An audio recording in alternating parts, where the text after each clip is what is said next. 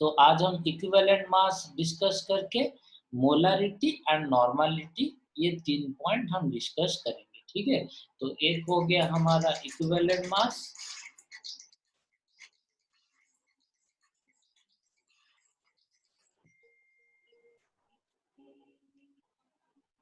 एक हो गया हमारा इक्विवेलेंट मास,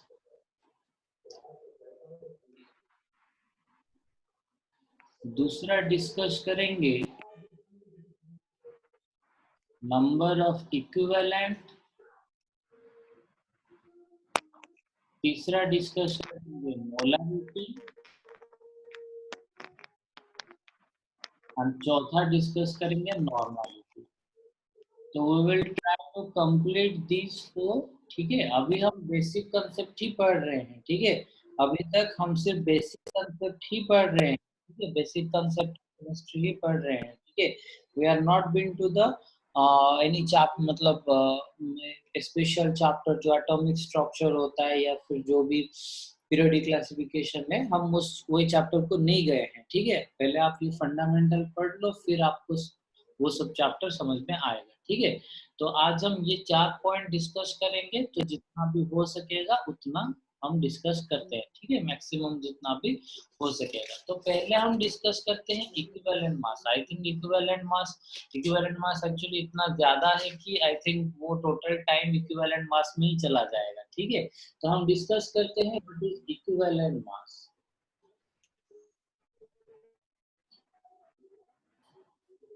देखो, अगर मैं इसको जस्ट एक डिफाइन करूं, ठीक है? मॉलिक्यूलर मास तो मैंने डिफाइन कर लिया था, that is the carbon 12 isotope का 1/12 का जितना गुना होगा, दैट इज द मॉलिक्यूलर मास, या फिर 1 मोल ऑफ सब्सटेंस का जितना भी मास होगा, that is the molar mass. ये हमने पढ़ लिया। लेकिन उसके बावजूद भी हम पढ़ेंगे कि इक्यू मतलब एक्चुअली इक्विवेलेंट मास, अगर जैसे मोलर मास हमने डिस्कस किया था कि 1 मोल ऑफ सब्सटेंस का मास होता है मोलर मास, या फिर जो कार्बन 12 का आइसोटोप का 1/12 का जितना गुना होगा उसका mass, that is the molecular mass और एटॉमिक मास। उसी तरह अगर हम इसको डिफाइन करें इक्विवेलेंट मास को, तो एक्चुअली देखो, जब कभी भी रिएक्शन होता है तो कंप्लीटली वो सब्सटेंस रिएक्शन में इंक्लूड नहीं होता है। जैसे कि आप लेट इट बी साइकिल चला रहे हो, ठीक है? तो आपका सारा का सारा ऑर्गन कम से कम साइकिल चलाने में यूज नहीं हो रहा है, बस your lower limbs is been used for the cycling, ठीक है? और हाँ, थोड़ा बहुत यूज होता है आर्म्स वगैरह, थोड़ा बहुत मतलब बैलेंसिंग के लिए यूज होता है, लेकिन मेन जो यूज होता है वो आपका लोअर लिम्ब यूज होता है। लेट इट भी आपने थप्पड़ मारा, तो थप्पड़ मारने से तो आपका अपर लिम्ब से यूज होगा। तो उसी तरह कोई भी पर्टिकुलर केमिकल रिएक्शन में एक मतलब जो भी काम आप कर रहे हो, उसमें अगर आपका पूरा बॉडी का पार्ट अगर उसमें इन्वॉल्व नहीं हो रहा है, तो उसी तरह इन केस ऑफ इक्विवेलेंट मास मतलब टोटल वो सब्सटेंस इन्वॉल्व नहीं, मतलब कोई भी रिएक्शन आप कंसिडर कर लो, ठीक है? मतलब लेट इट बी,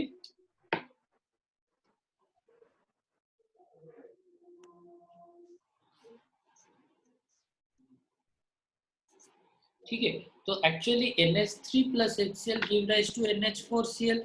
तो हमको ऐसा नहीं है कि NH3 is completely involve in the reaction.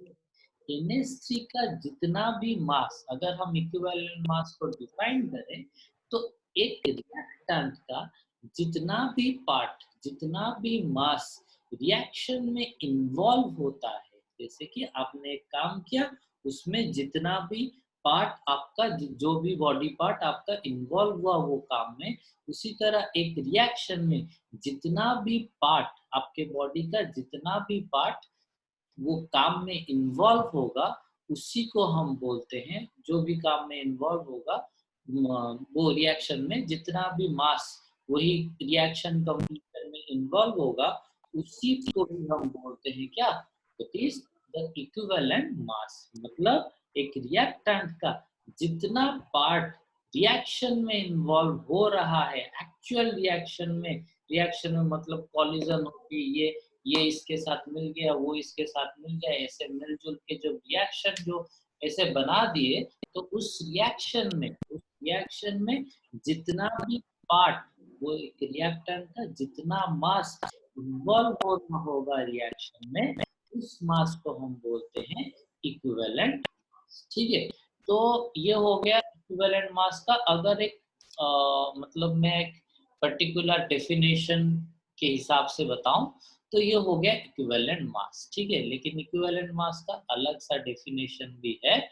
तो वो पुराना डेफिनेशन है कि हाइड्रोजन का कितने गुना है, एक हाइड्रोजन के साथ कितना लग सकता है, एक क्लोरीन के साथ कितना पार्ट लग सकता है। Those are traditional definition, I am not going through that. ठीक है, हम बस अभी कैलकुलेशन के पार्ट को आएंगे, इक्विवेलेंट मास को कैसे कैलकुलेशन करना है।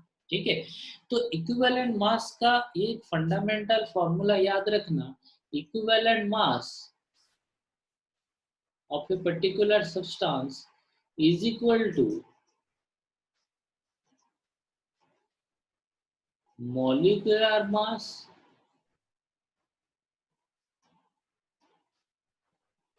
divided by valency factor। ठीक है, equivalent mass is equal to, जो भी चीज का आप इक्विवेलेंट, भी मैं NH3 का इक्विवेलेंट मास निकाल रहा हूं, तो यहाँ पर NH3 का जो भी होगा molecular mass divided by it's valency factor will provide the equivalent mass of NH3 और ammonia.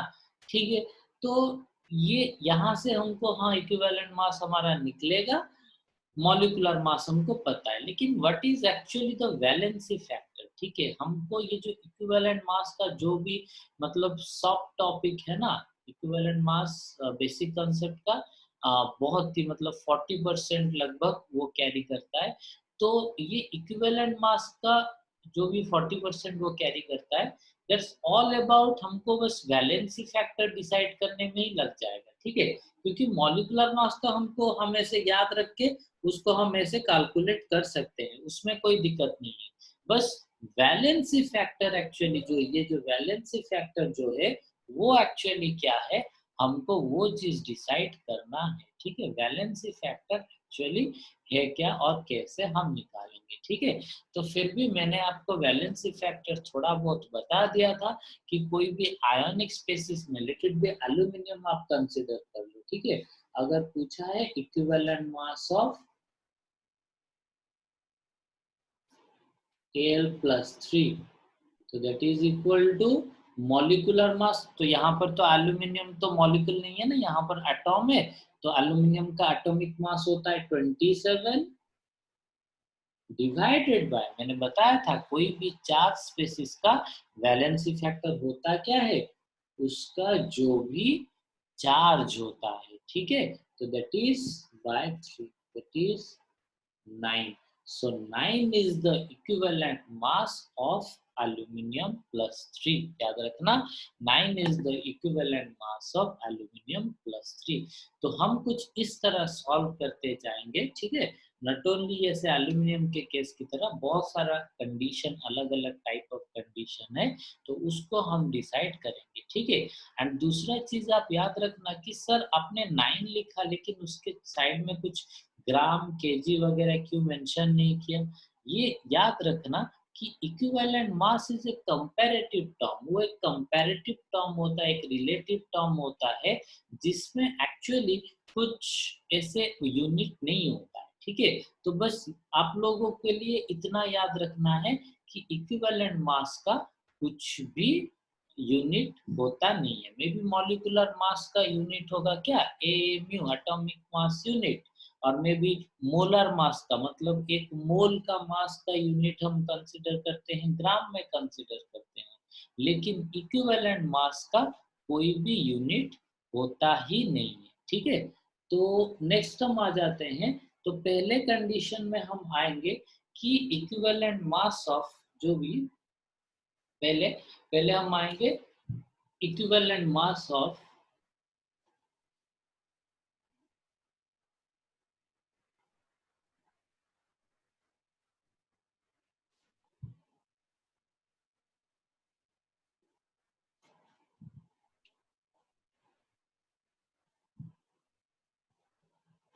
Equivalent mass of ionic species, ठीक है, हमको बस यही डिसाइड करना है। तो मैंने आपको अभी अभी बताया कि हमको कुछ भी नहीं चाहिए, हमको बस वैलेंसी फैक्टर ही निकालना है, क्योंकि बाकी सब तो वैसे भी हमको पता है, मॉलिक्यूलर मास वगैरह हम पीरियोडिक टेबल देके या फिर जब कभी भी आपका क्वेश्चन आएगा उसमें ऑलरेडी गिवन होगा कि मॉलिक्यूलर मास है क्या, ठीक है, मॉलिक्यूलर मास उसका कितना है वो ऑलरेडी क्वेश्चन में गिवन रहेगा, ठीक है। लेकिन ऐसा नहीं है कि हमेशा मतलब गिवन रहेगा, छोटा मोटा चीज के लिए गिवन रहे, मतलब जो एल्यूमिनियम के लिए या फिर कार्बन के लिए, ऑक्सीजन के लिए, वो सब के लिए क्वेश्चन में गिवन नहीं रहता। हाँ, बड़े बड़े एलिमेंट अगर सिलिकॉन लोगे, जर्मानियम लोगे या फिर जिंक वगैरह लोगे, ठीक है, रोडियम वगैरह लोगे, उस टाइम में उन लोगों का मॉलिक्यूलर मास और एटॉमिक मास क्वेश्चन में गिवन होगा। लेकिन ऐसे छोटे मोटे चीज जैसे कि ऑक्सीजन, नाइट्रोजन, उन लोगों का ऐसे दिया गया नहीं होगा, ठीक है। तो वो सब आपको याद रखना है। एंड ऐसे याद नहीं रहेगा कि सर बैठ के हम पीरियोडिक टेबल रट्टा मारते तो एटॉमिक नंबर या फिर जो भी एटॉमिक मास वगैरह है वो याद रह जाएगा, ऐसा नहीं होता है।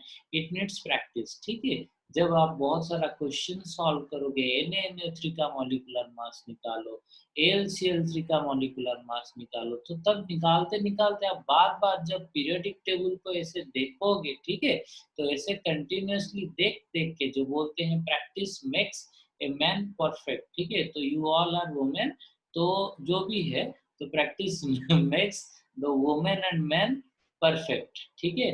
तो हाँ, तो अभी हम आ जाते हैं, तो valency factor is actually the deciding point, ठीक है।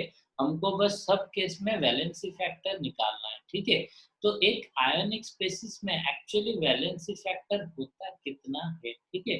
तो अगर हम उसको डिफाइन करेंगे, तो मैंने जैसे आपको Al+3 का एग्जांपल दिया, उसी तरह कोई भी आयन ले लो, लेट इट बी Na+ ले लो, Br- ले लो, Mg+2 ले लो, O-2 ले लो, तो सबका वैलेंसी फैक्टर कितना होगा? देखो, सोडियम प्लस का 1, यू कैन नॉट से +1, ऐसा कुछ नहीं होता। वैलेंसी फैक्टर जो होता है वो एक्चुअली ऐसे मैग्नीट्यूड हम कंसिडर करते हैं, ठीक है, वैलेंसी फैक्टर का मैग्नीट्यूड कंसिडर करते हैं।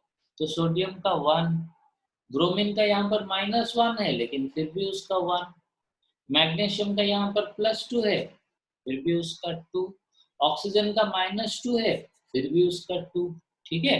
तो जो भी चार्ज सब्सटेंस होगा उसका वैलेंसी फैक्टर कितना होगा, जो भी चार्ज सब्सटेंस होगा उसका वैलेंसी फैक्टर कितना होगा ना, उसके ऊपर जितना भी चार्ज पार्टिकल, जितना भी चार्ज उसके ऊपर रह रहा होगा, ठीक है।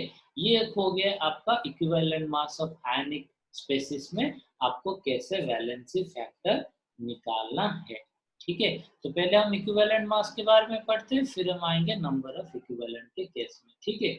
लेकिन अभी हम आ जाते हैं एक पॉइंट में, अभी आयनिक स्पेसिस पढ़ा रहा हूँ ना, तो थोड़ा सा एक छोटा सा चीज मैं आपको बता देता हूँ कि equivalent mass of A redox reaction कैसे निकालेंगे।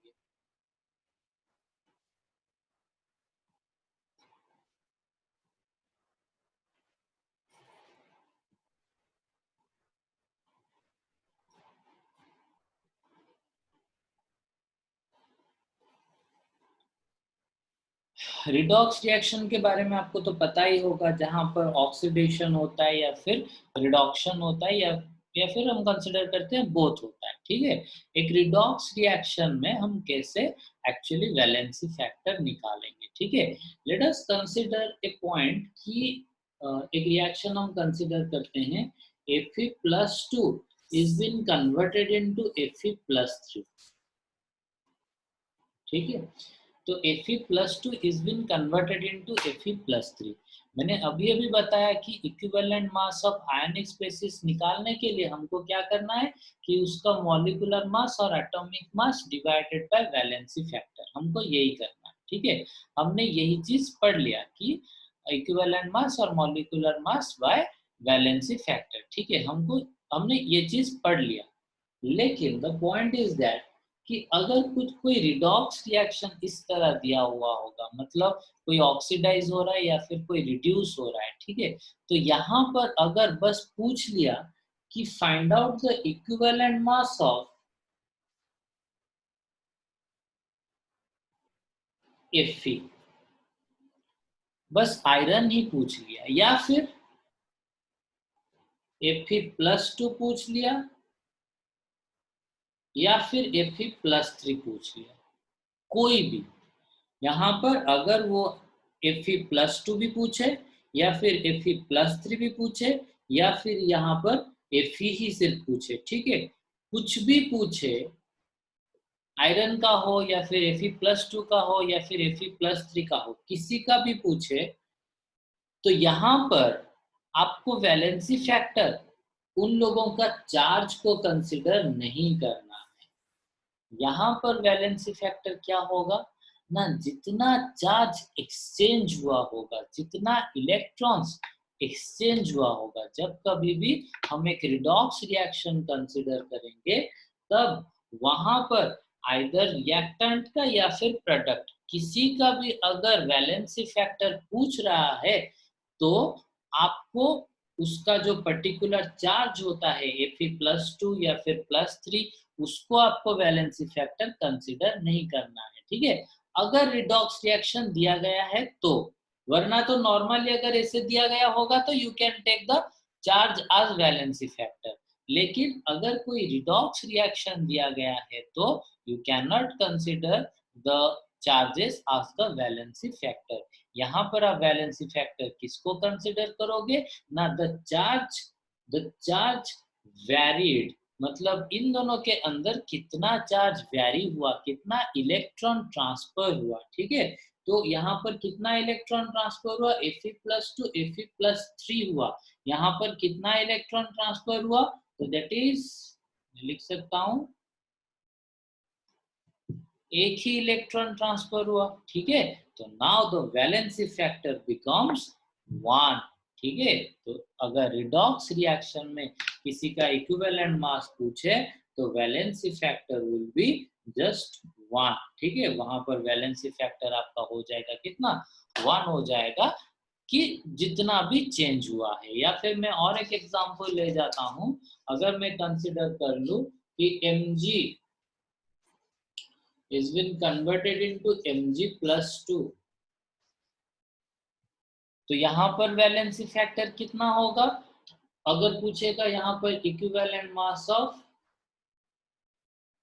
मैग्नीशियम पूछे या फिर मैग्नीशियम+2 पूछे, किसी का भी पूछे, इधर मैग्नीशियम पूछे और मैग्नीशियम+2, दोनों में से किसी का भी पूछे, तो finally that is equal to molecular mass or atomic mass of magnesium, that is 24 divided by valency factor कितना होगा ना, यहाँ पर 2 इलेक्ट्रॉन ट्रांजैक्शन हुआ है बाय 2, ना कि यहाँ से +2 से मैंने वैलेंसी फैक्टर कंसिडर किया है, यहाँ से मैंने वैलेंसी फैक्टर कंसिडर नहीं किया, जितना इलेक्ट्रॉन ट्रांसफर हुआ उतना ही मैंने कंसिडर किया आज वैलेंसी फैक्टर। आप बोलोगे कि सर हमेशा तो इसी तरह, मतलब यहाँ पर जितना भी चार्ज रहेगा उतना ही इलेक्ट्रॉन ट्रांसफर हो रहा होगा, तो डेफिनेटली उतना ही, मतलब ये तो हमेशा ये नंबर ऑफ इलेक्ट्रॉन के साथ तो सेम ही हो रहा होगा, तो वैलेंसी फैक्टर तो हमेशा हम इसको भी ले सकते हैं, इसको भी ले सकते हैं, नहीं।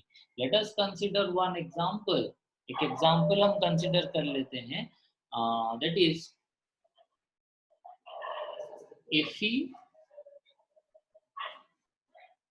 Fe+Cl2। तो एक्चुअली यहाँ पर होता क्या है, Fe is been converted to +2, chlorine is been converted to 2Cl minus, and it becomes FeCl2, ठीक है, यही चीज होता है। तो एक्चुअली यहाँ पर Fe+2 हुआ और क्लोरीन भी 2 में कन्वर्ट हुआ, तो अगर आप देखोगे Cl का इलेक्ट्रॉन ट्रांसफर कितना हुआ है, बस एक ही ट्रांसफर हुआ है ना, Cl का एक ही इलेक्ट्रॉन ट्रांसफर हुआ है, एक ही इलेक्ट्रॉन ऐड हुआ है, एक ही इलेक्ट्रॉन ट्रांसफर हुआ है, तो आई कैन नॉट से the valency factor is 1 for this reaction. मैं ये नहीं बोल सकता कि वैलेंसी फैक्टर 1 होगा, यहाँ पर हमको कंसीडर करना है टोटल नंबर ऑफ इलेक्ट्रॉन कितना एक्सचेंज हुआ है।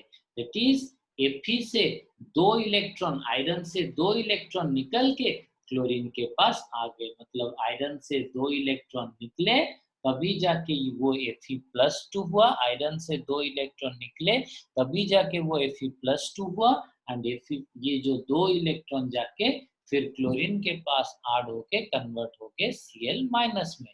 तो may be here chlorine is been converted into charge of -1, may be यहाँ पर क्लोरीन का चार्ज हो रहा है कितना, -1 हो रहा है, ठीक है, मे बी उसका चार्ज -1 हो रहा है, लेकिन यहाँ पर वैलेंसी फैक्टर हम 1 नहीं ले सकते, हमको यहाँ पर वैलेंसी फैक्टर क्या लेना पड़ेगा, 2 ही लेना पड़ेगा। It is valency factor is 2 here, ठीक है। तो आया समझ में। तो वैलेंसी फैक्टर कैसे निकालते हैं, तो एक हमने डिस्कस कर लिया फॉर द आयोनिक स्पीशीज, दूसरा हमने डिस्कस कर लिया फॉर द रिडॉक्स रिएक्शन के लिए, ठीक है। यहाँ तो वैलेंसी फैक्टर किस तरह हमने डिस्कस कर लिया। तो नेक्स्ट हम आएंगे valency factor in case of neutral substances, ठीक है। न्यूट्रल एलिमेंट वगैरह अगर दिया होगा, ऐसे सोडियम दिया है, पोटेशियम दिया है, मैग्नीशियम दिया है, एल्यूमिनियम वगैरह दिया हुआ है, तो उन लोगों का कैसे वैलेंसी फैक्टर हम निकालेंगे, ठीक है। तो देखो मैं लिख लेता हूँ इक्विवेलेंट मास ऑफ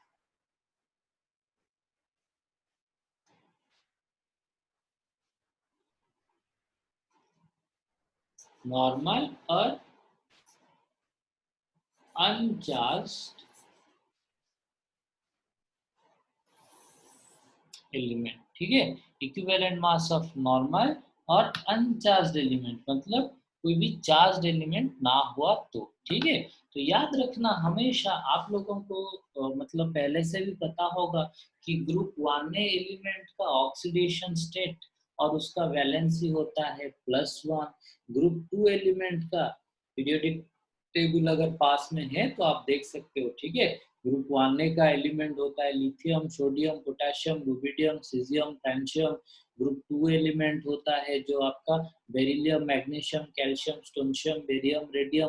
तो वो सब का मतलब ग्रुप 1 एलिमेंट का होता है क्या, उनका होता है ग्रुप मतलब +1 होता है कॉमन ऑक्सीडेशन स्टेट, ग्रुप 2 का होता है 2 होता है कॉमन ऑक्सीडेशन स्टेट, ग्रुप 3 जो आपका रह गया boron, aluminium, gallium, indium, thallium, तो उन लोगों का हो जाता है जनरल ऑक्सीडेशन स्टेट +3। फिर आपका आ गया group 4 element carbon, silicon, germanium, S N P B, उनका 4, ठीक है। फिर नेक्स्ट जब हम आ जाते हैं, ये तो ग्रुप 4 चला गया, फिर ग्रुप 5 जब आ जाते हैं nitrogen, phosphorus, arsenic, SB and bismuth, तो उन लोगों का ऑक्टेट सेटिस्फाई करने के लिए उनको 3 इलेक्ट्रॉन चाहिए होता है, ठीक है।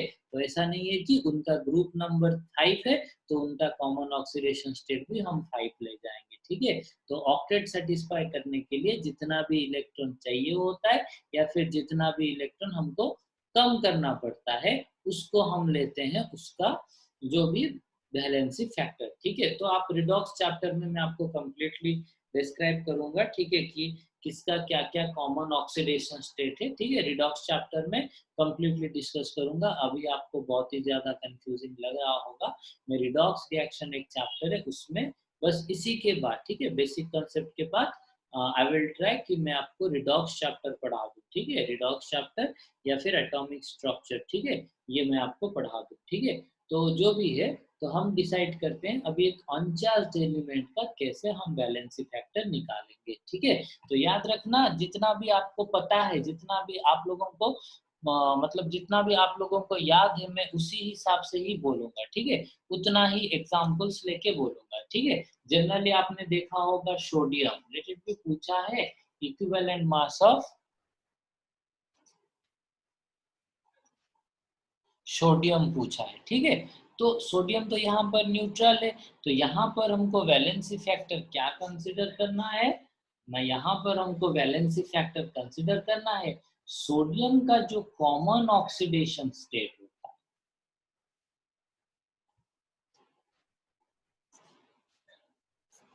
मतलब कॉमन चार्ज जो होता है, ठीक है, कॉमन ऑक्सीडेशन स्टेट और कॉमन चार्ज जो होता है, ठीक है, उसका कॉमन ऑक्सीडेशन स्टेट और कॉमन चार्ज क्या होता है? हमेशा आपने सोडियम को इन द फॉर्म ऑफ +1 देखा है, कभी सोडियम को -1 या फिर कभी सोडियम को +2 +3 फॉर्म में आपने देखा है? नहीं देखा है। तो डेफिनेटली उसका कॉमन ऑक्सीडेशन स्टेट और कॉमन चार्ज हो गया कितना? इट इज +1, ठीक है। मे बी यहाँ पर सोडियम क्या है? न्यूट्रल है, ठीक है। मे बी सोडियम यहाँ पर न्यूट्रल है, लेकिन उसके बावजूद भी यहाँ पर सोडियम का ऑक्सीडेशन स्टेट कितना हो, यहाँ पर उसका वैलेंसी फैक्टर कितना होगा? ना 1 होगा। अगर इक्विवेलेंट मास ऑफ मैग्नीशियम पूछे तो आपको मे बी यहाँ पर वो मैग्नीशियम न्यूट्रल है, लेकिन उसका वैलेंसी फैक्टर को आपको उसका common oxidation state that is +2 he decide करना पड़ेगा, ठीक है। वहां पर आपको +2 ही लेना पड़ेगा, ठीक है। सॉरी, +2 क्या, 2 ही लेना पड़ेगा। एग्जाम्पल और एक में ले जाता हूँ, ऑक्सीजन। जनरली ऑक्सीजन को आपने देखा होगा -2 फॉर्मेट में, तो उसका इक्विवेलेंट में भी oxygen can remain also in peroxide form, super oxide form, ozonide form. तो उस फॉर्म में रह सकता है, -1/3 -1/2 -1 ऑक्सीडेशन स्टेट में वो रह सकता है। लेकिन यहाँ पर ऑक्सीजन का इक्विवेलेंट मास कितना होगा? 2 होगा, ठीक है। क्योंकि यहाँ पर ऑक्सीजन का इक्विवेलेंट मास कितना होगा? 2 होगा, क्योंकि उसका कॉमन ऑक्सीडेशन स्टेट 2 होता है। अगर मैं पूछूंगा इक्विवेलेंट मास ऑफ ऑक्सीजन, तो आपको लिखना है that is valency factor, that is इसका इक्विवेलेंट मास, ऑक्सीजन का मॉलिक्यूलर मास होता है 16 डिवाइडेड बाय वैलेंसी फैक्टर होता है उसका कितना? 2, that is 16/2 is equal to 8। 8 होता है उसका क्या? इक्विवेलेंट मास, ठीक है। ऑक्सीजन का इक्विवेलेंट मास होता है 8, ठीक है। कुछ इस तरह हम कैलकुलेट कर पाएंगे न्यूट्रल एलिमेंट और अनचार्ज्ड एलिमेंट का ऑक्सीडेशन स्टेट, हम कुछ इस तरह कैलकुलेट कर पाएंगे, ठीक है। तो नेक्स्ट हम आते हैं, ये तो हो गया नॉर्मल और अनचार्ज्ड एलिमेंट का। फिर हम आते हैं इक्विवेलेंट मास ऑफ एसिड्स, ठीक है। तो हम इतना तक ही कंप्लीट करेंगे, एसिड तक ही कंप्लीट करेंगे, क्योंकि ऑलरेडी 8 मिनट और है, तो मैं एसिड तक ही कंप्लीट कर पाऊंगा शायद, ठीक है।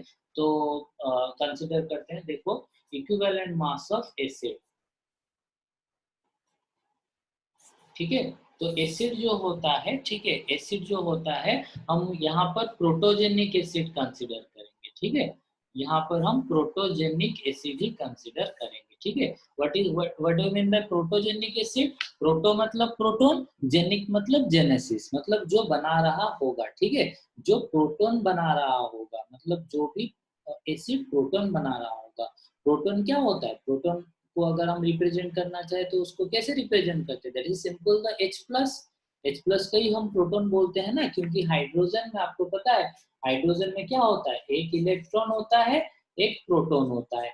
अगर H+ में कर दूं, माइंडफुल देखो, अगर मैं यहाँ पर कर लेता हूँ, हाइड्रोजन में एक इलेक्ट्रॉन होता है, एक प्रोटॉन होता है। अगर मैंने उसको H+ कर दिया तो डेफिनेटली ये इलेक्ट्रॉन निकल जाएगा, तो इसमें रह क्या जाएगा? बस एक ही प्रोटॉन रह जाएगा, ठीक है। तो हाइड्रोजन का जो भी है, मतलब H+ will be just 1 proton, ठीक है। तो हम उसको बोल सकते हैं प्रोटोजेनिक, ठीक है। मतलब H+ को हम कंसिडर कर सकते हैं एज ए प्रोटॉन, ठीक है। तो जो भी एसिड प्रोटॉन जनरेशन कर रहा होगा या फिर प्रोटॉन फॉर्मेशन कर रहा होगा, उसको हम बोलते हैं क्या? प्रोटोजेनिक एसिड, ठीक है। तो protogenic acid such as HCl, H2SO4, H3PO4, HNO3, फिर आप ले लो क्या?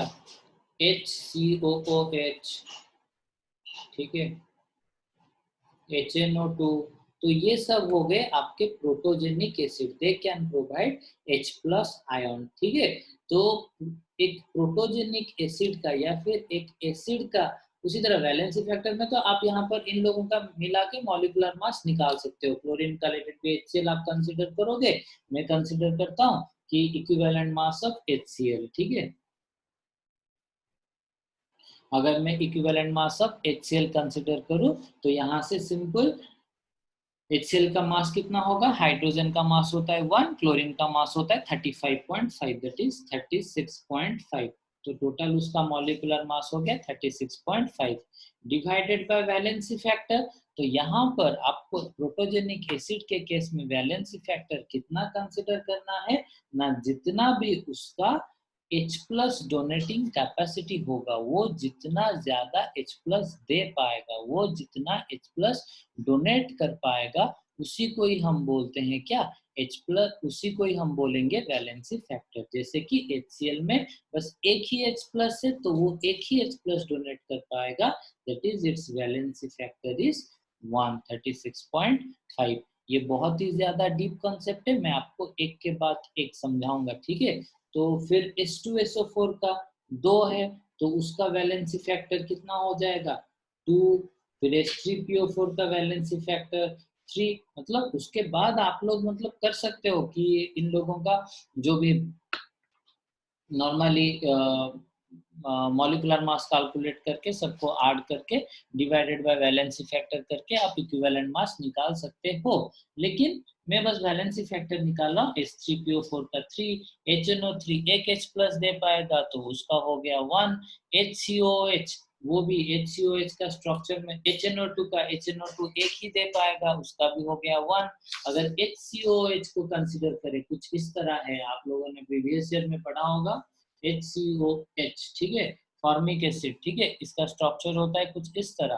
तो फाइनली ये H प्लस वो एक ही H प्लस दे पाएगा, ठीक है। यहाँ पर में भी HCOOH में भी 2 हाइड्रोजन है, HCOOH में भी 2 हाइड्रोजन है, लेकिन वो 2 हाइड्रोजन यहाँ पर नहीं डोनेट कर पाएगा, या फिर ऐसे 2 H प्लस या फिर 2 प्रोटॉन जनरेशन नहीं कर पाएगा, या फिर 2 प्रोटॉन वो रिलीज नहीं कर पाएगा, 2 प्रोटॉन वो छोड़ नहीं पाएगा, वो बस एक ही प्रोटॉन छोड़ पाएगा, दैट इज ये वाला प्रोटॉन। ऑक्सीजन और हाइड्रोजन के साथ जो प्रोटॉन है ना, वही प्रोटॉन को वो क्या कर पाएगा, डोनेट कर पाएगा, वही प्रोटॉन को वो रिलीज कर पाएगा, वही H प्लस को वो रिलीज कर पाएगा, ठीक है। तो फाइनली इसका भी वैलेंसी फैक्टर कितना हो जाता है, 1 हो जाता है। मे बी HCOOH में 2 हाइड्रोजन है, लेकिन the number of replaceable hydrogen, ठीक है, नंबर ऑफ रिप्लेसेबल हाइड्रोजन, जितना भी हाइड्रोजन रिप्लेस करता है वो, ठीक है, जितना भी हाइड्रोजन वो रिप्लेस करता है, रिप्लेसेबल हाइड्रोजन मतलब जो डोनेट कर सकता है, जो वो छोड़ सकता है, ठीक है, नंबर ऑफ रिप्लेसेबल हाइड्रोजन हो जाता है कितना, that is here it is 1, so valency factor will be equal to 1 here HCOOH के केस में, ठीक है। उसी तरह 2 मिनट अभी है, 2.5 मिनट है, तो 2.5 मिनट में मैं आपको थोड़ा बहुत बता देता हूँ। तो उसी तरह H3PO4 का अगर हम स्ट्रक्चर देखेंगे, ठीक है, तो उसका स्ट्रक्चर कुछ इस तरह होता है,